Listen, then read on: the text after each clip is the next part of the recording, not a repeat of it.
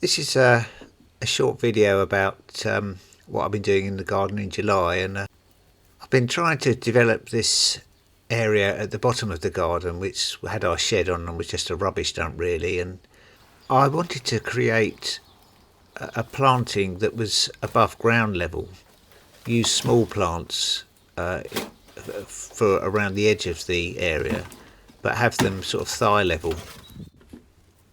I'd already put an old dustbin and a filing cabinet down the bottom of the garden, but I needed a little bit along one of the edges, and I thought, well, I'll use these old water barrels. I'll just drill the bottoms and cut the tops off and use them as planters.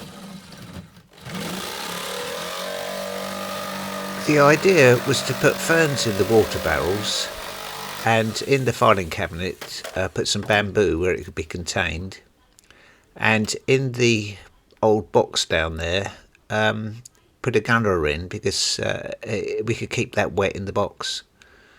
So I just hammered these stakes into so that I could put some sticks along the front of it to hide it and be quite wildlife friendly at the same time.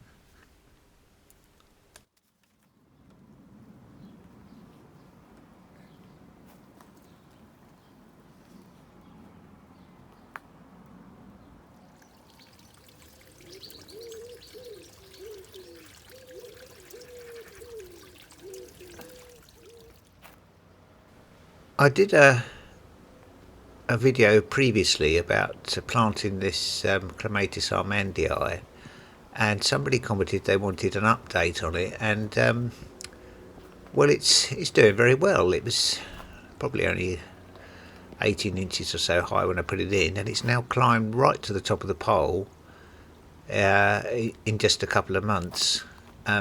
Bizarrely, it seems to have, the past week or so, it seems to have stopped going up and is pushing out growth from the bottom. So I'm hoping that's going to spread across to one of the cross bearers to try and fill it out.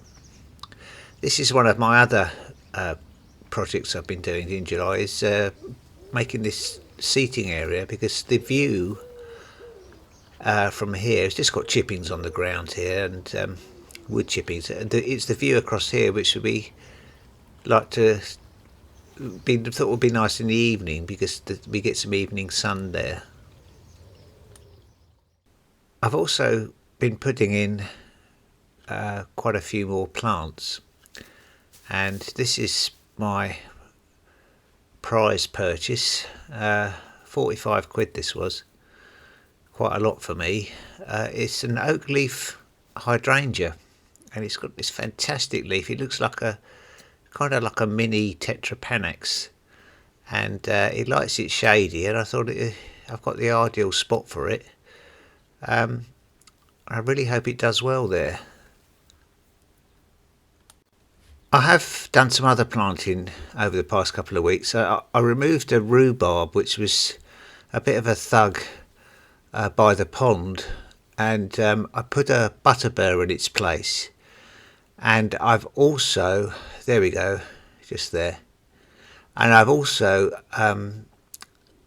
put some more shady plants in front of my Easter Island head, an Actaea regersia, and a snow poppy, and a spotty dotty.